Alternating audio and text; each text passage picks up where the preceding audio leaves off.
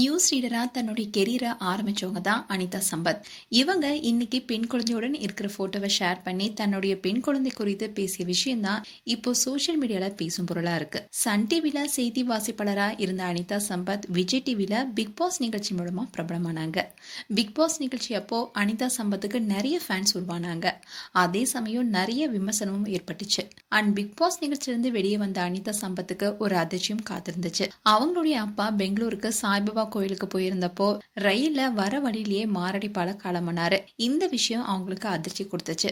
எத்தனை துயரம் இருந்தாலும் அனிதா சம்பத் வேலையிலும் கவனம் செலுத்திட்டு வராங்க. செய்தி வாசிப்பாளர், பிக் பாஸ் போட்டியாளர், இப்போ நடிகையா பிரபலமாக இருக்காங்க. அனிதா 2 வருஷத்துக்கு முன்னாடி புதுசா ஒரு வீடு கட்டியிருந்தாங்க. பிறந்ததுல இருந்தே வாடகை வீட்டுல இருந்ததுனால தன்னுடைய சம்பாத்தியத்துல அப்பாவுடைய கனவை நிறைவேற்றிட்டேன்னு சோசியல் மீடியாலையும் ஷேர் பண்ணியிருந்தாங்க. அவங்களுக்கு ஃபேன்ஸ் பலரும் வாழ்த்துக்கள் சொன்னாங்க. அதோட ரீசெண்டா அம்மாவுடைய ஆசைக்காக 2வது வீட்டை கட்டி குடிபெயர்ந்துள்ளதா கிரகப்பிரவேச போட்டோஸை ஷேர் பண்ணியிருந்தாங்க.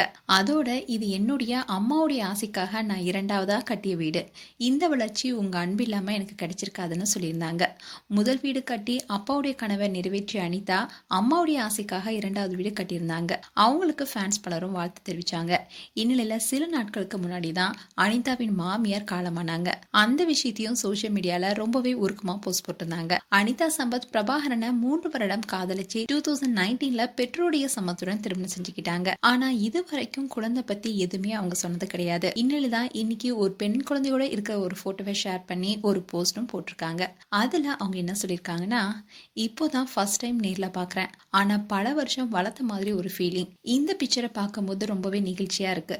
என்னுடைய மகள் எப்படி இருக்கணும்னு கனவு கண்ட விதத்தோட பிக்சர் தான் இது. பிரபஞ்சம் இதை தான் கேக்குதுன்னு நான் நம்புறேன். அவ்வளவு அழகான குழந்தை. இஃபா பேபி, உன்னை கடவுள் ஆசீர்வதிக்கட்டும். நாள் முழுக்க நீ சிரிக்கிறதை என்னால பார்க்க முடியுது. சீக்கிரமா உன் கூட இருக்கிற அதிர்ஷ்டம் கிடைக்கட்டும். அண்ட் இந்த குழந்தை இர்ஃபான் ஆசிஃபாஸ் பேபின்னு ஷேர் பண்ணியிருந்தாங்க.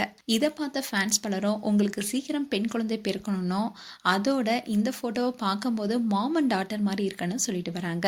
மேலும் அனிதா சம்பத் குறித்து உங்களுடைய கருத்துக்களை கமெண்ட் செக்ஷன்ல சொல்லுங்க. இது போன்ற வீடியோஸை பார்க்க நியூஸ் தமிழ் கிளிட்ஸ் சேனலை சப்ஸ்கிரைப் பண்ணுங்க. மறக்காம நோட்டிபிகேஷன் பட்டனை கிளிக் பண்ணுங்க.